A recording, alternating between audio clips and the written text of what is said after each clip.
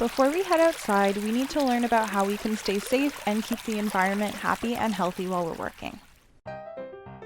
First, let's talk about some basic safety for working out in the field. Since we'll be working outside, it's a good idea to dress for the weather. Make sure that what you're wearing is comfortable and that you can move around in it easily. Wear closed-toed shoes so your feet are protected. Your shoes could also get wet, so you might want to wear waterproof boots if you have them. Be careful while you're walking around. The ground might be slippery or wet in some places. There could also be roots sticking out of the ground or other things to trip on, and sometimes you might come across a plant with thorns or spiky leaves that you probably don't want to touch. If you happen to find any litter on the ground, leave it where it is for now and come back another time with the proper safety equipment to clean it up. If any of the litter you find is broken glass or another kind of sharp object, don't touch it at all and be sure to tell a teacher or another adult where you found it. Last but not least, stay with your group. This is very important. Moving on, let's talk about respecting the environment. Don't forget that we're here today to help protect your stream. We don't want to accidentally do more harm than good.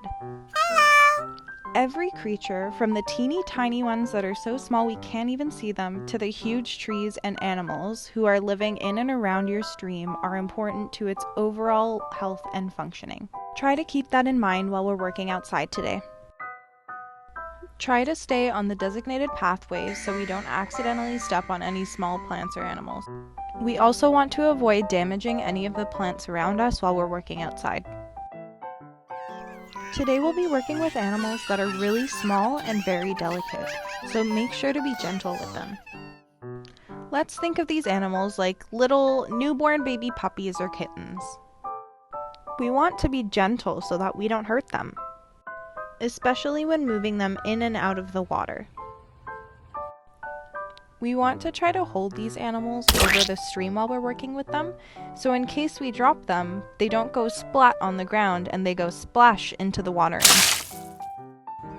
When we're all done observing today, all of our water samples and tiny animals are going to go back to their home, the stream. We also want to make sure that we leave the area we've been working in exactly the same as we found it, or even better.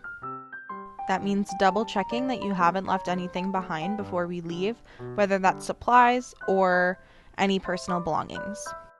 As we environmentalists like to say, take nothing but photos, leave nothing but footprints. And that concludes our safety and etiquette video.